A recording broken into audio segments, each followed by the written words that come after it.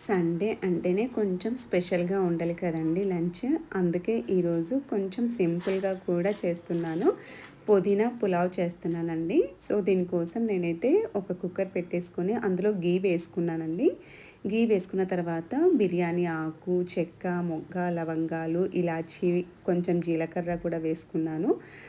ఇలా వేసుకొని అన్నీ కలపెట్టుకున్న తర్వాత సన్నగా తరుక్కున్న ఆనియన్స్ కూడా వేసుకున్నానండి.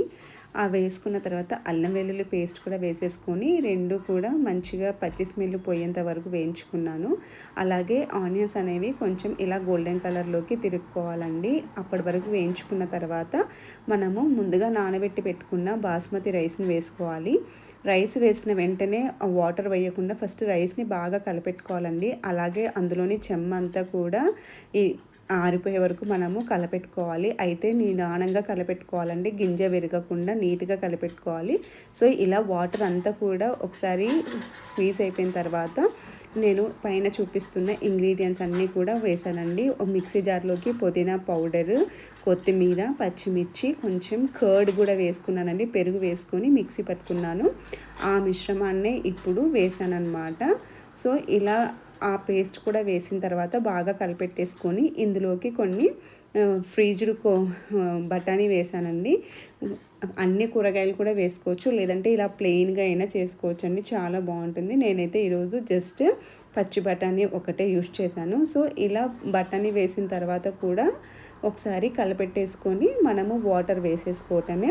సో, నేనైతే 3 కప్పుల వాటర్ వేసానండి. అంతే. సో, ఇలా వాటర్ వేసుకున్న తర్వాత తగినంత సాల్ట్ కూడా వేసేసుకొని 2 స్పూన్ల నిమ్మకాయ రసం వేసానండి. అంతే, బావుంటుంది నిమ్మకాయ రసం వేసినా కూడా. సో, ఇలా వేసుకున్న తర్వాత బాగా కలిపెట్టేసుకొని వాటర్ మరుగొచ్చేటప్పుడు మనము కొంచెం కొత్తిమీర కూడా చల్లేసుకొని కుక్కర్ మూత పెట్టేస్తే ఇంకా మన పుదీనా పులావ్ అనేది రెడీ అయిపోతుందండి. అంతే. సో, చూస్తున్నారు కదా, వాటర్ మరుగొచ్చినప్పుడు ఇలా కొత్తిమీర చల్లేసుకొని ఒకసారి మిక్స్ చేసేసి మూత మూసేస్తే సరిపోతుందండి. ఒక 2 విజిల్స్ వస్తే చాలు, ఎక్కువ అవసరం లేదు.